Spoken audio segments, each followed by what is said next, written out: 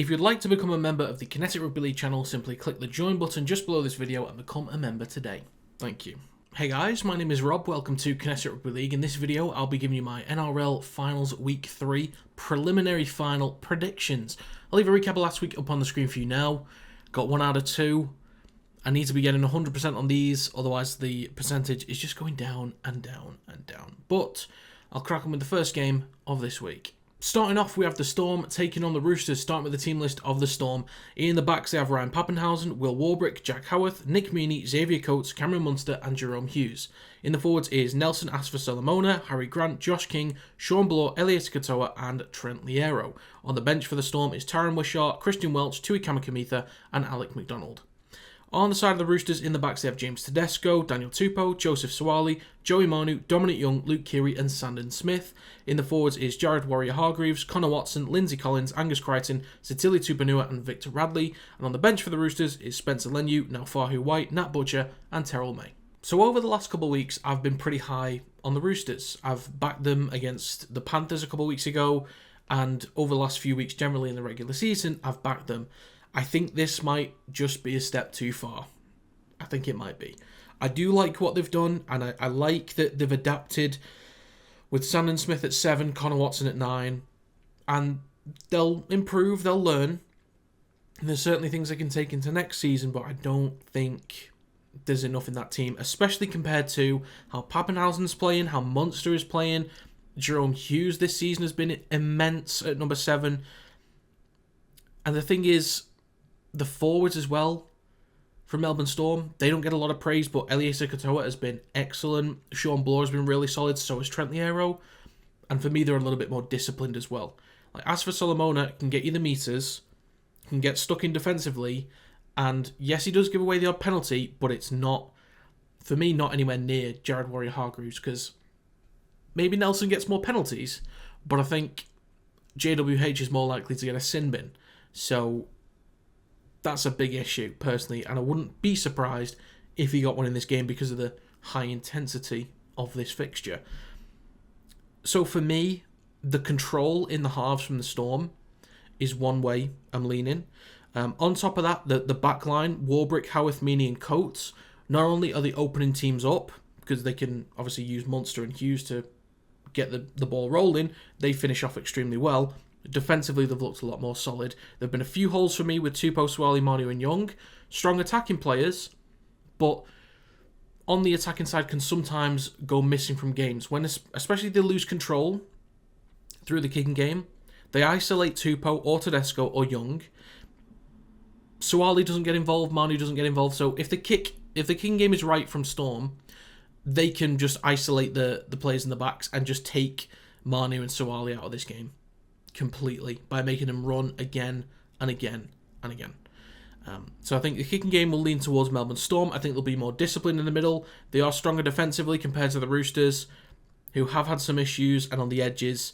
It's going to be interesting. I think Bloor and Katoa versus Crichton and Tupanua leans slightly towards the Roosters individually for me, but in terms of linking up as a team, making the right runs, making the right reads from Munster and Hughes, I think as a team, Melbourne Storm, I think they win on the edges purely from teamwork. Individually, it's going to take a lot to stop Crichton, but I think this Melbourne Storm team are well-drilled enough to nullify what he can provide in this game. But I think overall, Melbourne Storm, with their defensive work rate, their ability to spread teams open in attack, it's just going to be too much for the Roosters this week. I think the Roosters do have great individuals that can find moments in this game, and they will. But I think the Melbourne Storm are just a step too far. So I'm going to go with the Storm to win 13+. Finally, we have the Panthers taking on the Sharks, starting with the team list of the Panthers. In the backs, they have Dylan Edwards, Sonia Taruva, Isaac Tango, Paul Alamotti, Brian To'o, Jerome Luai, and Nathan Cleary. In the forwards is Mosley Liotta, Mitch Kenny, James Fisher-Harris, Luke Garner, Liam Martin, and Isaiah Yeo. On the bench is Brad Schneider, Lindsay Smith, Liam Henry, and Matt Eisenhuth. On the side of the Sharks, in the backs, they have William Kennedy, Sione Katoa, Jesse Ramian, Kayla Iro, Ronaldo Mulatalo, Braden Trindle, and Nico Hines. In the forwards is Toby Rudolph, Blake Brayley, Oregon Kafusi, Britton Nakora, Teague Wilton, and Cameron McInnes. And on the bench for the Sharks is CSC Fatalakai, Jack Williams, Royce Hunt, and Thomas Hazelton. So a big win from the Sharks last week against the Cowboys saw them advance into the preliminary finals. Again, for me, this is just a step too far for them. They do have quality in this side. I think Kennedy offers a good balance at number 1. Braden Trindle was outstanding last week. Nico Hines just sort of sat back, let Braden Trindle get on with it. They both need to be really connecting and dominating on either side of the field. If they become one-dimensional, the Panthers are just going to destroy them. So they need to have weapons all over. Trindle needs to be on it with his short-range kicking game, those chip kicks to the corner, or the little dinks through that he has. He needs to be accurate with those. Nico Hines needs to make sure he's drawing in players, timing his passes, getting those as accurate as possible.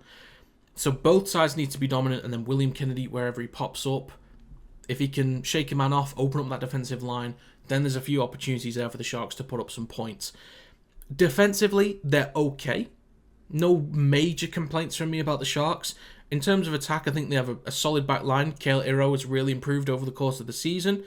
Jesse Ramian, if you give him just a slight yard of space over on the right edge, he can get a little bit of an overlap. He can take a 2-on-2, him and Katoa against, I think it'll be Alamotti and Toto. Could get just a little bit of space on them. Get just to the outside of Alamotti, draw in Toto, and that ball is out to Katoa, and they've got a line break. Nico Hines can then back up from just inside.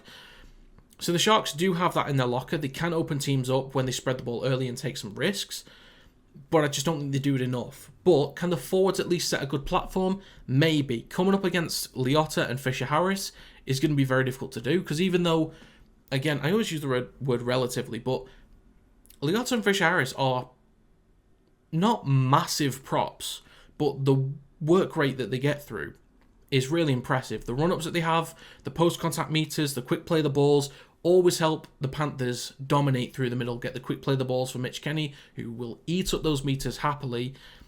And then you get the ball to Nathan Cleary early, whilst the Sharks' defensive line is out of shape because of those quick play the balls, he'll eat that up as well. And then he'll link off, the back of Jerome Luai, same with Dylan Edwards. And they're just a well-drilled system team. And the fact that they've got so many individuals that can play off the cuff is great, but it's difficult to get the Panthers out of a rhythm. And when they're playing in their system, it's so difficult to beat them. So I do think if the Sharks play to their full potential, if the kick game's good, if they can slow down the ruck in the middle, then they have a chance. And limit the time that Cleary and Edwards especially have on the ball. Don't let Isaiah Yeo beat you up through the middle as well. Don't let him have an influence through the middle. Slow him down. Limit their time on the ball. Make them pass off early. Jam them quickly. The Sharks have a chance. But for me, the Panthers are just playing at such a high level right now. You can't really compete with that. So typically, I'm going to lean towards the Panthers because of their typical performances. And the Nathan Cleary effect is just a different level. So I'm going to go with the Panthers to win, 13+. So to recap my predictions for this round, I'm going to take the Melbourne Storm 13+, and I'm going to take the Penrith Panthers 13+. For winner's confidence, I'm at about 90%, and the same for margin confidence, about 90% as well, which seems pretty high. But as much as I've been impressed with the Roosters this season, I think without the big block of cheese at 9 and without Sam Walker at 7, I just think it is a step too far. And for the Sharks, there's some good stuff, but the Panthers right now are just on a completely different level. And I don't think the Roosters and Sharks can compete with the exceptional performances that Storm and the Panthers are coming up with at the moment. Not impossible, but very, very difficult. In terms of margin confidence, 13+ might seem high for both, but I just think over the course of 80 minutes, Storm and Panthers defensively will shut them down so many times, and with the ball are just so impressive, and again on a different level. So if they're a little bit off it, and the Sharks and Roosters are performing at a high level, then maybe they can close that gap. But I think both of these might be pretty dominant. So that's my recap for this round. So that's going to be it for this video. Once again, if you would like to become a member of the Kinetic Rugby League channel, click the join button just below this video and become a member today. But that's going to be it. Thank you very much for watching, and I will see you next time.